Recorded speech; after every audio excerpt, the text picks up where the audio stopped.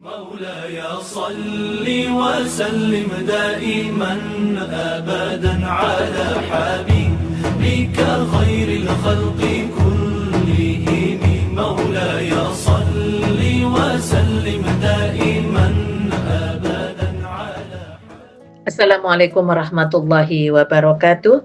A'udzubillahi minasyaitonirrajim. Bismillahirrahmanirrahim. Alhamdulillahi rabbil alamin wal aqibatu lil muttaqin wala udwana illa 'alal zalimin. Asyhadu an la ilaha illallah wahdahu la syarikalah wa asyhadu anna Muhammadan abduhu wa rasuluhu la nabiyya ba'da. Qala Allah ta'ala fil Qur'anil Karim. A'udzubillahi minasyaitonirrajim.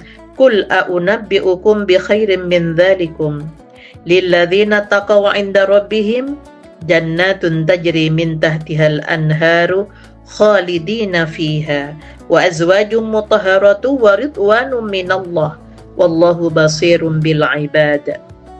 Alladzina yaquluna rabbana innana amanna faghfir lana dhunubana wa qina adzabannar.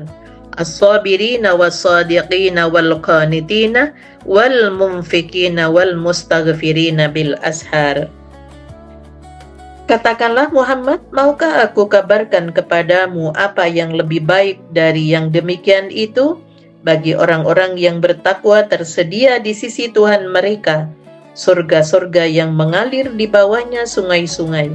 Mereka kekal di dalamnya dan pasangan-pasangan yang suci serta ridha Allah, dan Allah Maha melihat hamba-hambanya, yaitu orang-orang yang berdoa, ya Tuhan kami benar-benar beriman, maka ampunilah dosa-dosa kami dan lindungilah kami dari azab neraka.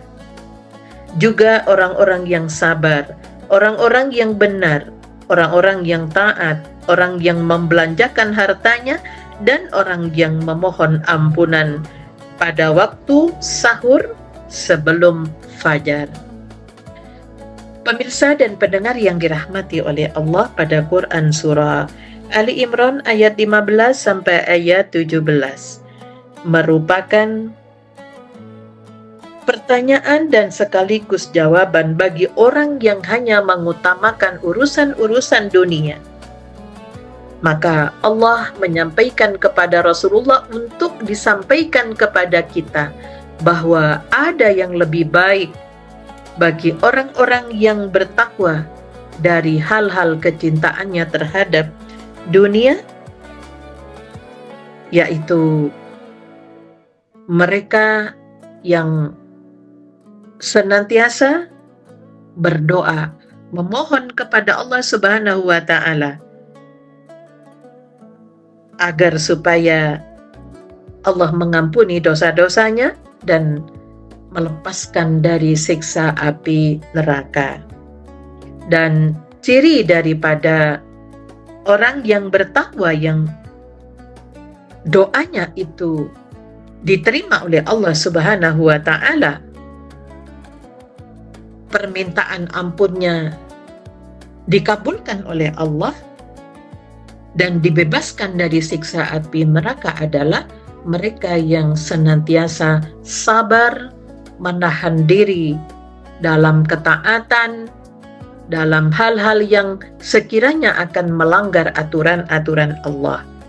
Kemudian mereka jujur dan tunduk patuh kepada Allah, serta senantiasa memohon ampun kepada Allah di waktu sahur sebelum terbit fajar.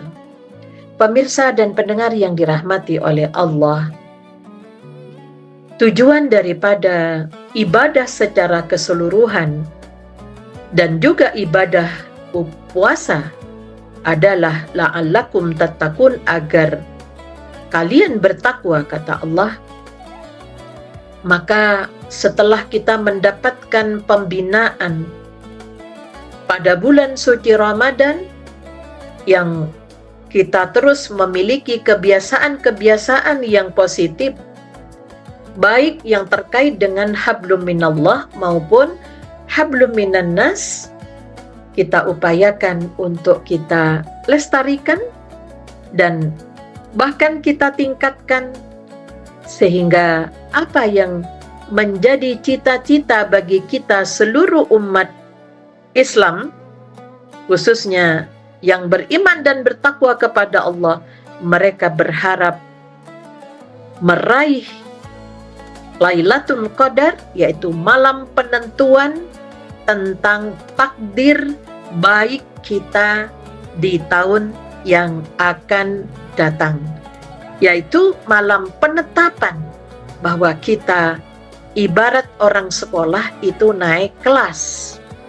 Nah, untuk itulah maka ada beberapa hal yang perlu kita tingkatkan, yaitu kebiasaan sholat berjamaah di masjid atau berjamaah di tempat-tempat di mana kita beraktivitas.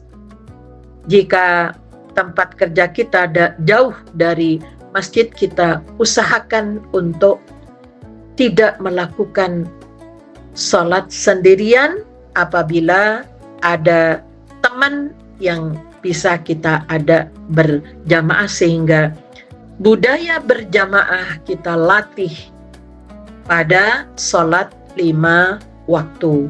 Yang kedua, kebiasaan sholat malam. Bahkan kalau bisa kita perjuangkan untuk melakukan sholat yang ganjil 11 rakaat itu sebelum kita tidur.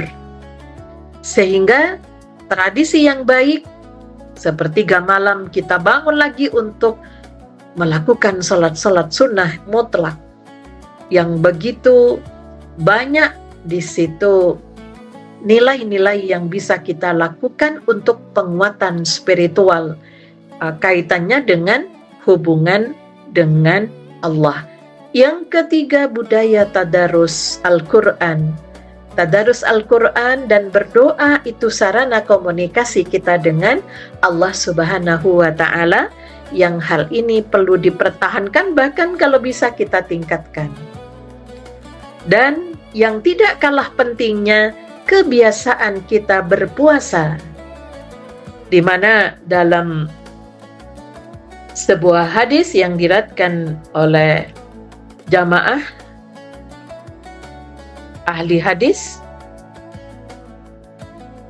yang di situ dikatakan man shoma ramadhana summa atba'ahu sittan min syawalin faka'annama shomad dahra.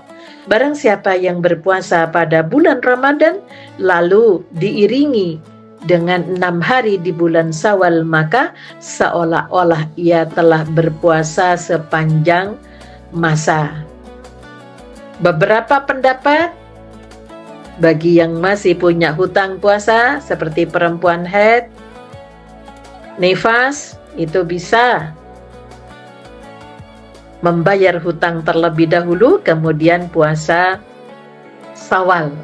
Jadi qadanya didahulukan. Namun ketika ada situasi yang tidak memungkinkan, karena puasa 6 hari di bulan Syawal itu hanya ada di bulan Syawal, maka beberapa ulama sepakat membolehkan untuk puasa Syawal, kemudian setelah itu segera untuk membayar hutang-hutang puasanya. Kemudian ada lagi puasa kebiasaan di hari Senin dan Kamis, kemudian puasa 3 hari setiap bulan yang menurut Rasulullah dikenal dengan Ayyamil Bid, tanggal 13, 14, 15, dikatakan oleh Rasul wa qala hiya kasaumid dahri, seperti puasa sepanjang masa. Pemirsa dan pendengar yang dirahmati oleh Allah, untuk mempertahankan agar kita memelihara nilai-nilai ibadah itu sepanjang hidup kita, maka kebiasaan-kebiasaan ibadah sunnah untuk melengkapi, menutupi ketidaksempurnaan pada yang wajib. Nah, inilah bagian dari yang selalu dilakukan oleh orang-orang yang ingin mempertahankan ketakwaannya, bahkan ingin menseimbangkan antara iman dan takwanya yang setiap saat senantiasa meningkat. Nah, untuk itulah maka pendengar dan pemirsa yang dirahmati oleh Allah Subhanahu wa Ta'ala, hubungan komunikasi langsung dengan Allah, baik lewat salat, lewat doa, maupun membaca Al-Quran, dan menahan diri untuk memelihara syahwat kaitan dengan kecintaannya kepada urusan dunia, kita tempuh dengan membiasakan berpuasa selain puasa Ramadan. Kemudian ada juga yang terkait dengan hablum minan nas, kebiasaan memaafkan, kebiasaan memberikan pertolongan, memberi antara satu dengan yang lain. Jadi seperti kalau di kita tradisi umat Islam saling memberi, saling memberikan hantaran, memberikan hadiah, ini tidak hanya ada pada bulan suci Ramadan menjelang Idul Fitri, namun bagaimana kita pertahankan. Jadi kalau di ayat 17 bahwa salah satu ciri orang yang bertakwa yang doanya, istighfarnya diterima oleh Allah, mereka wal mumfikin, mereka senantiasa membelanjakan hartanya yang tidak hanya sekedar untuk kepentingan dirinya, tapi juga kepentingan untuk tegaknya agama Islam dan untuk urusan-urusan kemanusiaan. Pemirsa dan pendengar yang dirahmati oleh Allah, jadi hari raya Idul Fitri kembali kepada fitrah. Fitrah itu adalah suci. Jadi karena manusia diciptakan oleh Allah dalam keadaan suci, maka manusia hendaknya berbuat suci kepada dirinya dan kepada orang lain, serta jangan mengotori hal-hal yang akan merusak tatanan kehidupan manusia yang dimuliakan oleh Allah Subhanahu wa Ta'ala. Pemirsa dan pendengar yang dirahmati oleh Allah, kalau kita lihat godaan semakin hari semakin banyak, di mana budaya hablum minan nas yang harusnya silaturahmi sekarang banyak beralih